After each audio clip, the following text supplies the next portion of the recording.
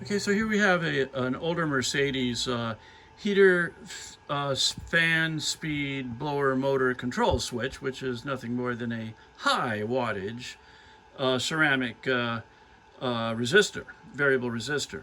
Now let's look into the side of it here. When we first got this, all of these contacts were black and corroded and had arced. And turn it over, please. And one of the contacts, actually the power in contact, was completely separated from the contact itself, being high temperature burned. It still was conducting, but it was high resistance. So what we did is we cleaned everything and soldered the contacts back on to assure correct original conductivity.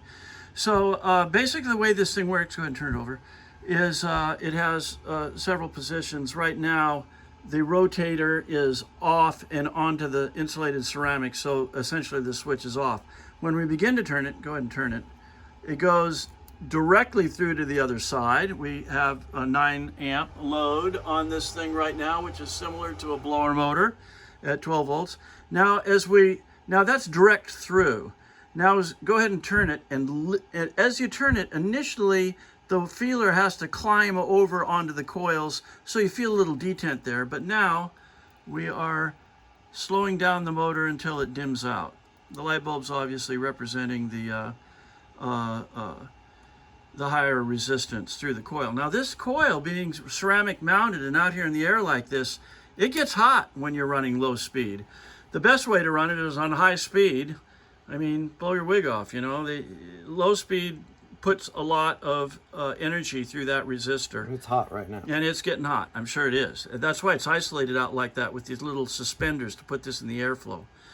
Okay, so in any case, everything works. Oh, we should mention that two are the terminals are essentially, go ahead and turn it off. You don't want to overheat your fingers. This one does the same thing. Yeah, two of the terminals from the central pole essentially do the same thing. One of them is on a track, the other one is central to the shaft. Likely, because of the amount of amperage draw on this thing, both of those terminals may very well go to the same place. We don't have the car here to check that. In any case, it's all cleaned up and it works very well now. So, anything else? That's it, right, Matt? That's it. All right, thank you very much.